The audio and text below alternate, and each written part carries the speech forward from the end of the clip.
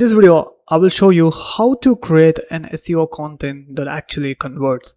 Now, we have got this one simple page, right? So we have call to action at the end, which is a leave a comment, and then we have got here, there is no good call to action. I mean, there is a call to action which is added in a conclusion, which is consult your vet. If I click on it, it's just an extra. So how to automate this?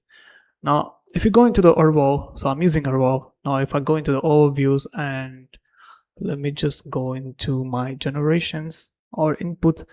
And before generating an article, I have something called input. And here, go into the structure, it will ask me call to action, which is asking my website. Now, the call to action will be in the key takeaways at the beginning. I don't want in there. In FAQs, I don't want here.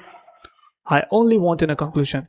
So we can also add in an FAQ. So if I want the call to action in FAQ, I can also add it too, because if the FAQs ranks in a Google's first page, then I want the call to action to be in it. Mostly it is recommended not to put in FAQs because we want people to take action, come into the website. So yeah, if you click on generate article, then it will generate, and that's how you add better conversions from your SEO content.